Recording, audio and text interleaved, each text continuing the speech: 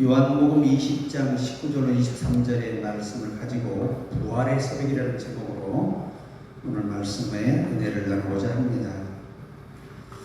아마 예수님 돌아가시고 사흘째 되던 날, 3일이죠.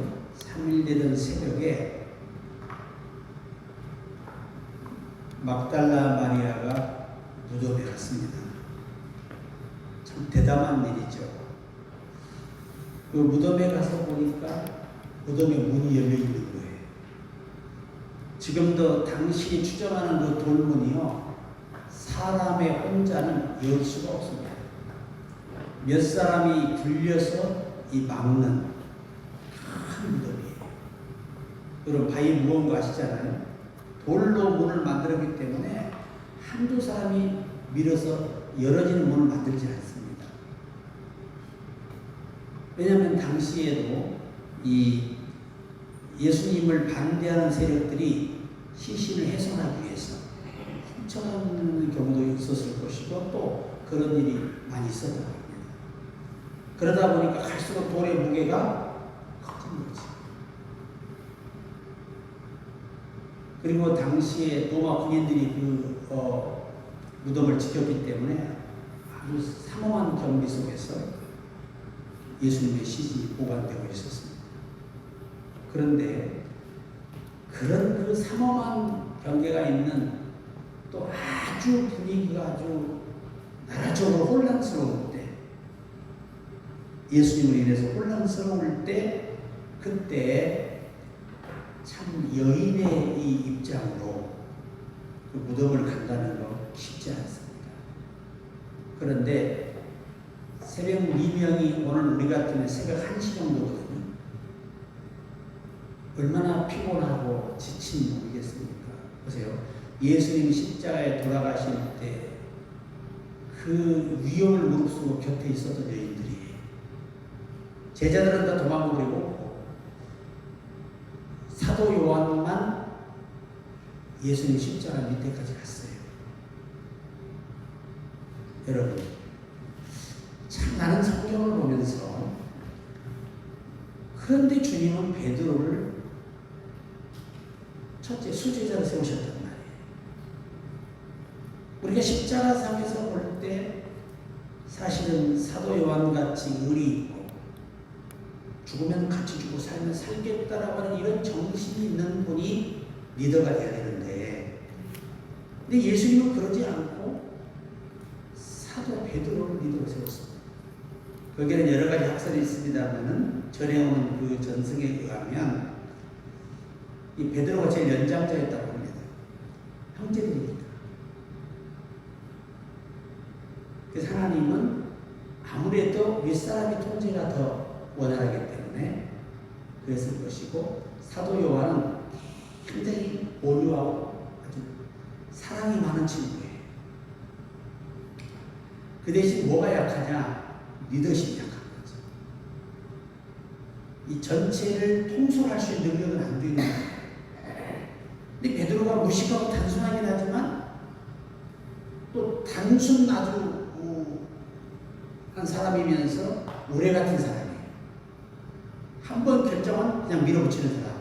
그래서 예수님이 그 별명을 우레라고 했어요. 우레. 우리가 여러분, 사람은요, 극박한 상황에 이르야 그 모습이나 진짜 그 사람을 볼 수 있어요.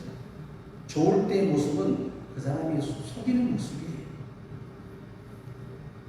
진짜 극박할 때 그 사람의 그런 모습을 볼 수 있어요. 진짜 극박할 때. 우리나라 말로 진퇴양난, 이러지도 저러지도 못하는 상황에서 진짜 그 사람의 모습을 볼 수 있는 거예요. 평상시에 그 사람은 몰라요. 다 숨기고 있습니다. 정말 중요한 순간에 그 사람을 볼 수 있습니다. 여러분, 우리가 야곱이 왜 위대합니까? 그는 정말 급박한 순간에 야고강에서 하나님을 붙잡았습니다. 이게 그 사람의 그 모습이에요. 평상시에는 돈에 눈이 먹어갖고 아내들이나 늘려가지고 애나 낳고 정말 뭔가 핵심이 없는 사람 같은데 진짜 어려운 상황이 오니까 그가 믿던 하나님을 목숨을 걸고 붙잡아요. 생사를 그분께 맡기는 거지.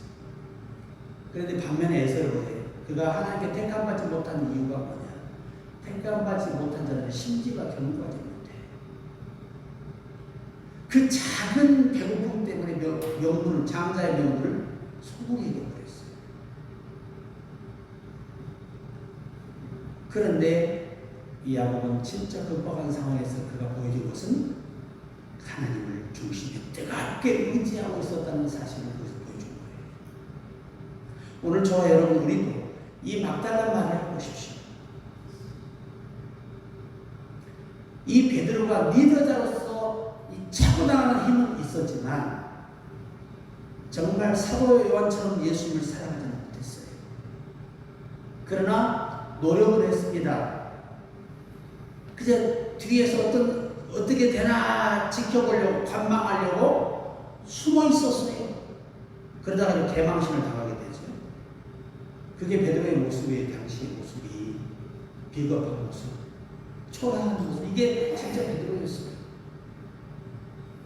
그런데 사도 요한은 여러분 원래 그 직업이 사도 요한과 베드로는 달라요. 베드로는 그물을 던져서 고기를 잡는 사람이고 요한은 그물을 꿰매는 사람이에요. 근데 하나님이 부르심을 볼 때 베드로는 역시 사람을 낳는 전도의 능력을 주었지만 사도 요한은 그 부분은 약한데 뭘 잘해요? 끌어안고 격려해주고 위로해주고 사랑해주고 베드로를 잘 뒤에서 베드로가 터뜨리면 다 싸매주는 그런 일을 했던 사람이에요. 그러니까 베드로가 사고치면 누가 수습해요? 사도 요한이 수습했어요. 이게 전승의 이야기들입니다. 그래서 우리가 막달란 마리아가 누구보다 예수를 사랑했습니다. 그렇기 때문에 아무도 나서지 않는, 제자들도 나서지 않는 그 험한 무덤으로 그 새벽에 군대가 쫙 깔려 상황이 굉장히 samah한 가운데 경계를 서고 있는 그 상황에서 예수님을 찾아간다는 어떤 복면을 당할지 모르는 위기를 강구하는 것이죠. 막달라 마리아가 왜 예수님, 나사로의 동생 마리아가 왜 예수님을 사랑했느냐? 예수님의 죽음을 위해서 옥합을 가감하게 깨뜨렸어. 자기 인생에 절대 없어서는 안 된 가장 소중한 거예요. 자기 미래를 위해서. 자기 미래를 다 누구한테 부어버린 거죠? 이게 영적인 겁니다. 자기 미래를 누구한테 부어버렸어요? 예수님께 부어버렸어요. 그건 뭘 의미할까요? 내 미래는 당신뿐이라는 게. 이게 이 복음이, 이 믿음이 복음이 증거되는 것보다 전파되기를 예수께서 약속하셨어요. 여러분 야곱이가 왜 이리한 줄 아십니까? 형을 피해 도망가다가 베델에서 원래 거기가 원래 유수예요. 유수. 지명은 근데 베델로 바뀌었죠. 천사가 꿈을 꾸고 얼마나 두려워요. 형을 피해 도망가고 있는 거예요. 그것도 맹수가 이글거리는 당시에 산에서 잠을 자는 거예요. 근데 천사가 오르락내리락 해요. 그 꿈을 깨고는 하나님께 소원하지. 만약 여호와께서 내게 복을 주시고 다시 고향으로 돌아오게 하시고 여기에 당사했습니다. 까맣게 잊어버리고 있었지만 하나님은 건전을 찾습니다. 네가 나한테 약속했지? 반가? 그래? 반가워 백이랍니다. 그래서 딸이 치명적인 상처를 입게 되고 그제서야 여호와께서 그 약속을 베델 야곱이가 생각을 해내지 못하니까 하나님이 아예 상기시켜 줍니다. 베델로 올라가라. 너 약속했지? 거기가 이제 제단 쌓아야 돼. 그래서 결국 야곱이가 이제 믿음의 조상이 되는데 그 천사가 오르락내리락 때 그가 보였던 모습이 하나 있습니다. 그게 뭐죠? 기름 한 겹이 당시에 이 기름 한 병이면 한 달을 생활할 수 있는 그렇게 값비싼 겁니다. 그런데 그거를 돌을 하나 세우고 여호와에다 부어버렸어요. 이게 히브리 전승의 믿음이 뭐냐? 오늘부터 하나님이 나의 음식이시며 나의 보호자시며 나를 죽이든 살리든 결정하십시오. 이 의미가 붙는 거예요. 이게 야곱의 어린 시절의 그런 모습이에요. 역시 그는 하나님의 선민들에게 주신 이 믿음의 선물은 인간의 의지는 없어지지 않아요. 순간 입으로 아무리 우리가 그거를 원망하고 불평해도 본 하나님의 선물을 움직일 수 없어요. 이것은 영생을 위한 은사를 주셨기 때문에 우리 힘으로 이걸 내 속에서 물리칠 수 없는 거예요. 결국 진짜 20년 야곱은 다시 그가 하나님을 의지하고 있었음을 명백하게 야곱 앞에서 보여줍니다. 이게 야곱의 진짜 모습이에요. 과연 오늘 우리의 모습은 뭘까요? 우리는 어떤 모습이 진짜 모습일까요? 작은 어려움에 넘어지는 분은 그게 그 사람의 지금 현재 믿음이에요. 우리가 작은 거 하나에 원망하고 불평하고 못마땅해 하는 이 모든 자체가 그 사람의 지금의 믿음이고 그 사람의 모습이에요. 그에게 더 좋은 모습을 얻는 거예요.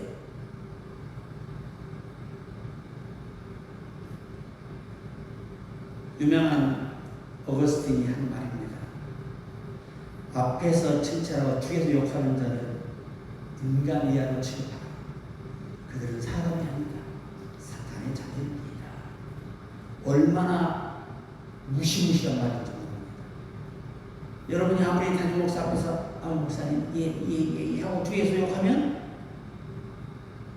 정말 영적으로 문제가 나요. 그 사람이 그게 지금 현재의 모습이에요. 영적인 마지막 본 모습이에요. 그래서 우리가 최악의 상황에서 우리의 믿음도 우리 신앙의 성도들처럼 죽음 앞에서 주여 내 영혼을 주께 부탁하나이다.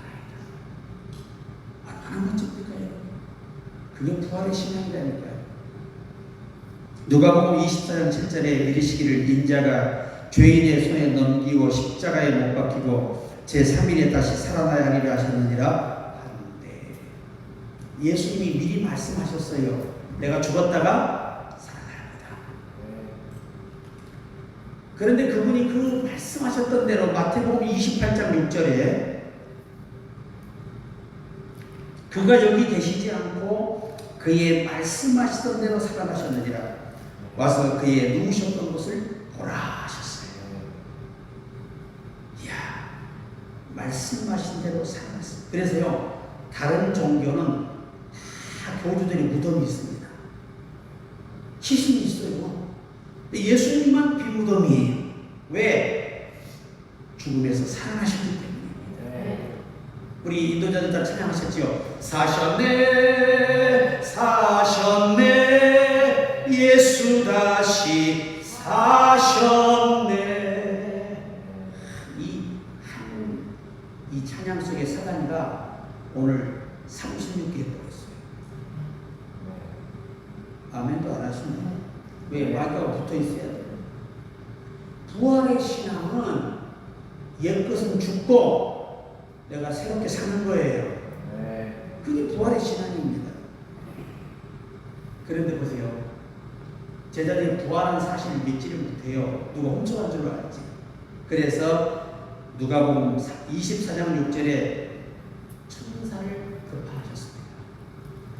여기 계시지 않고 살아나셨느니라. 갈릴리에 계실 때에 너에게 어떻게 말씀하신 것을 기억하라.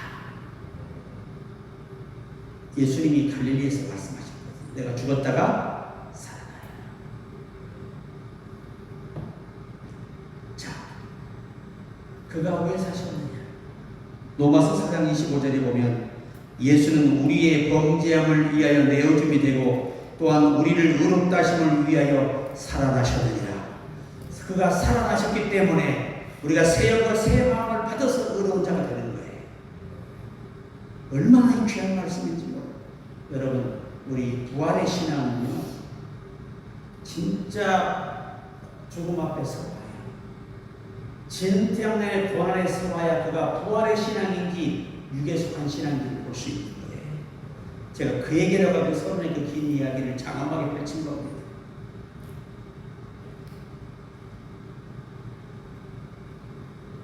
오늘 우리를 의롭게 하고 사랑하신 거예요. 그가 사랑하셔서 죄의 문제를 처리하고 사랑하셔서 우리 속에 오셔서 새 영으로 새 마음으로 우리가 바뀔 때, 여러분 사울왕도요 처음에 하나님이 부르셨을 때 그에게 새 마음을 주셨다고 기록하고 있어요. 뭔 마음을 줬어요? 새 마음. 누구를 의지하고 하나님만을 사모하고 하나님만을 의지하고 하나님만을 바라봤던 겸손한 마음을 주셨어요. 그런데 그가 계속해서 그 마음을 저버리고 타락하니까 하나님이 악신을 보내서 그를 지옥을 보내버려요. 왕에서 없애버려요. 그뿐만이 아니라 그로 인해서 그 모든 차들이 다 망해버렸잖아요. 전멸해버렸죠. 그리고 그 왕위가 다윗의 계보로 넘어갔죠. 우리가 잘하면 천대의 자녀가 복을 받지만 여러분과 내가 바르게 못하고 기도하지 않고 범죄하고 계속 하나님 실망시키면 내 자손이 성사대가 저주를 받아요. 참 무시무시한 말씀이에요. 우리가 이 대에서 죽고 새 사람으로 살아서 자손들의 신앙을 물려줄 때 천대가 복을 받을 수 있다. 그 말씀 하시는 거예요. 그래서 요한복음 5장 29절에 선한 일을 행하는 자는 생명이 있고, 여기 선한 일은 아가도스란 말은 하나님의 뜻을 행하는 자를 말해요. 뭘 행하는 자? 뜻을 행하는 자. 자, 이걸 더 깊이 원어에 들어가면 하나님의 성령이 내 속에서 착한 일을 시작하십니다. 하나님의 성령이 내 안에서 주신 하나님의 뜻을 행할 때 그런 자들은 생명이 부활하고, 악한 일을 행하는 자, 하나님의 뜻을 반대로 행하는 자들, 거역하는 자들, 그들은 반드시 사망의 부활로 나오리라. 지옥 가기 위해서 나온다는 거예요. 우린 천국 가기 위해서 부활하는 거예요.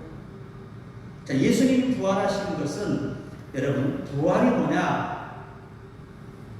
죽었던 분이 다시 살아난 게 부활이잖아요.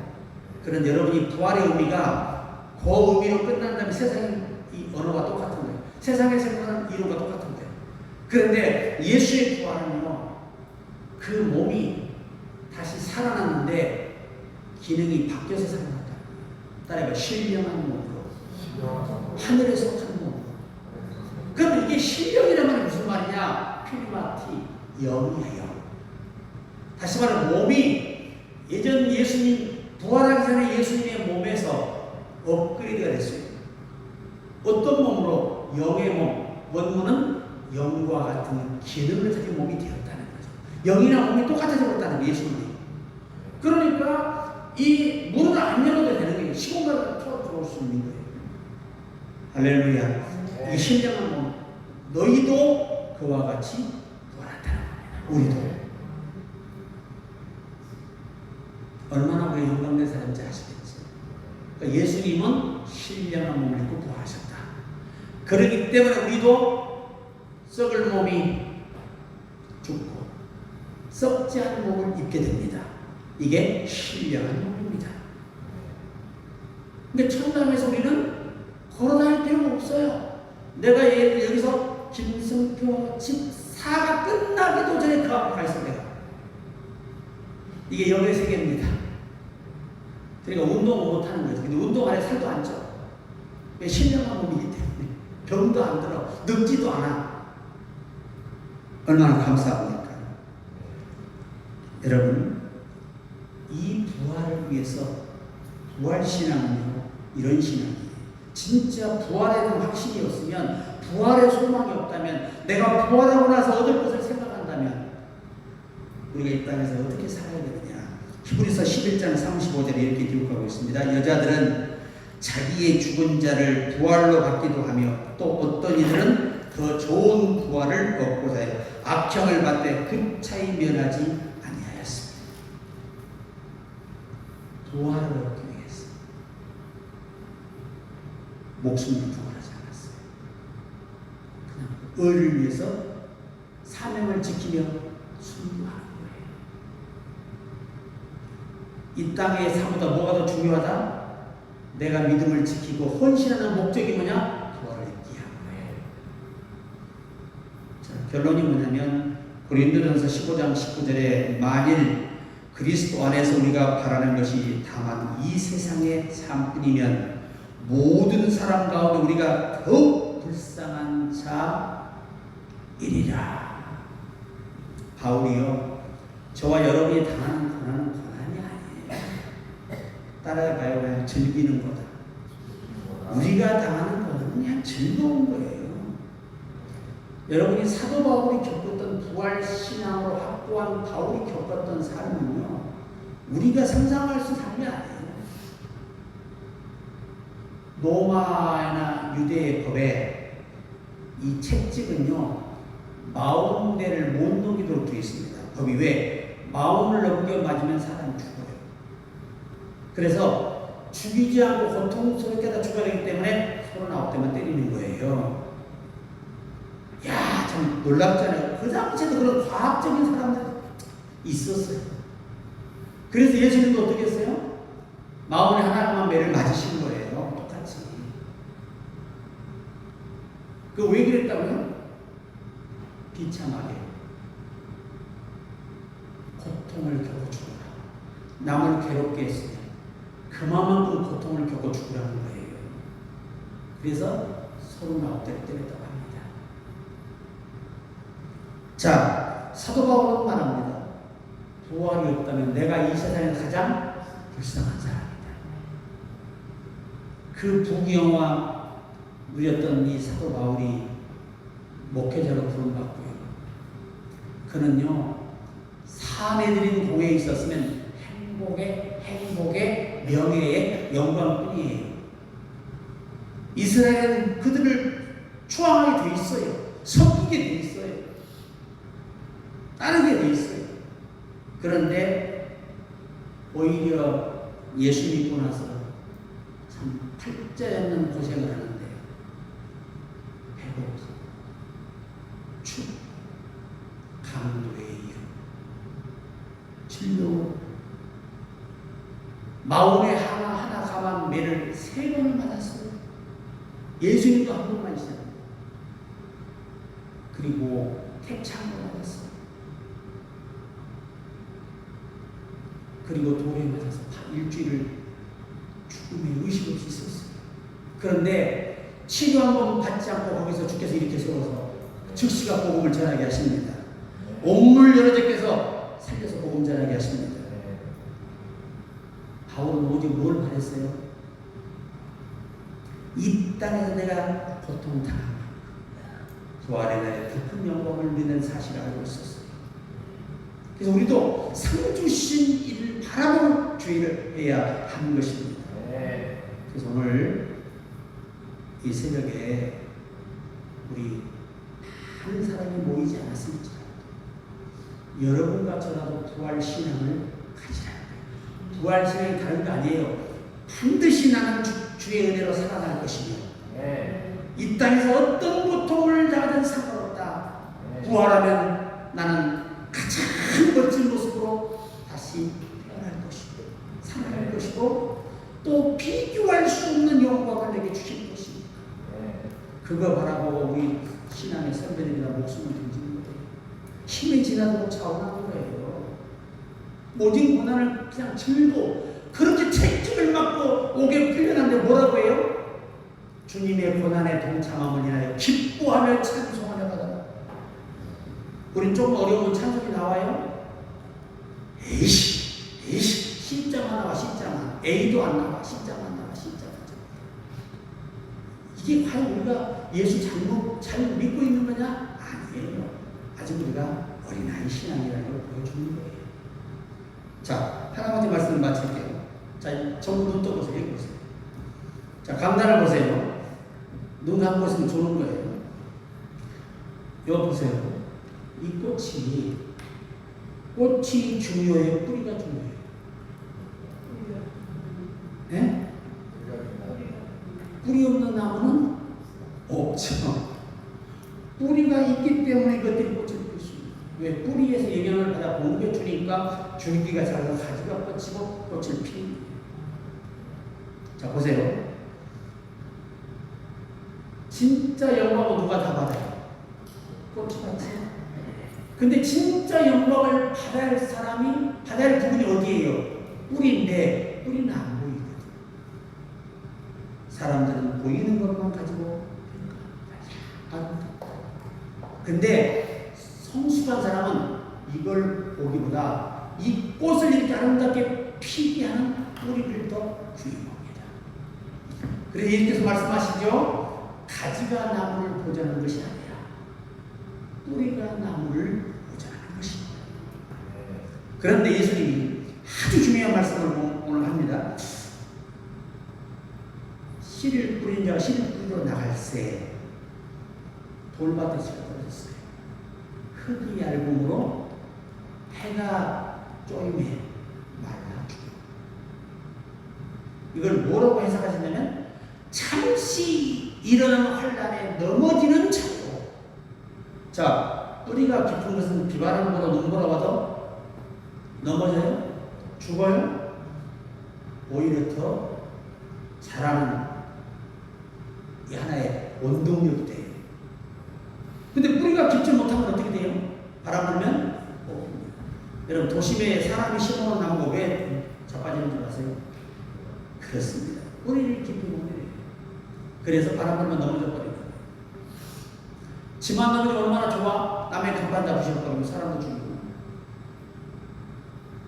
자, 예수께서 씨 뿌리는 비유 왜 있을까요? 거기에 하나의 포인트가 있어요.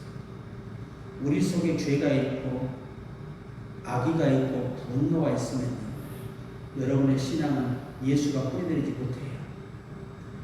그냥 신앙이 무너져 버려요. 작은 어려움에 실망해버려요. 그런데 뿌리 깊은 나무는 바람이 불고 여러분 바람이 나무가 흔들리잖아요. 그때 여러분 뿌리가 더 내려갑니다. 뭔 말인지 아시겠어요? 우리가 고난을 받다 보면 신앙이 깊어져요. 근데 배가 따뜻해지고 고민할 일이 없으면 신앙이 떨어져요. 자, 이 핵심이 뭐냐? 보이는 생활보다 우리에게 뭐가 더 중요하다? 보이지 않는 생활이 중요하다. 내가 신일주하고 봉사하고 헌신하고 이것보다 중요한 게 뭔 줄 아세요? 나와 그분과의 관계가 은밀한 가운데 잘 유지되고 지켜지고 보존되어야 한다. 그래서 본문에 예수님께서 뭐라고 말씀하세요? 성령을 받아라. 성령을 받아라. 그보다 첫 번째가 뭐예요? 평강이 있어야 된다. 평안한 가운데 성령이 와야 진짜 영을 받는 거라는 거예요. 그래서 오늘 우리 주님은 부활하셨어요. 이 뜻깊은 시간에 우리가 그분을 축하하기 위해서 모인 거예요. 아무리 피곤하고 아무리 힘들어도 다른 날은 다 빠져도 절대 부활주에 빠져서 안 돼요. 이 부활이 없다면 우리 믿음은 어때요? 우리가 전하는 것도 어때요? 모든 게 헛된 거예요. 미친 짓을 하고 있는 거예요. 바보 같은 짓을. 여러분 부활의 소망을 가지시고 일해야 됩니다. 그래서 오늘 또 승리하는 여러분들에게 주의 이름으로 축복합니다.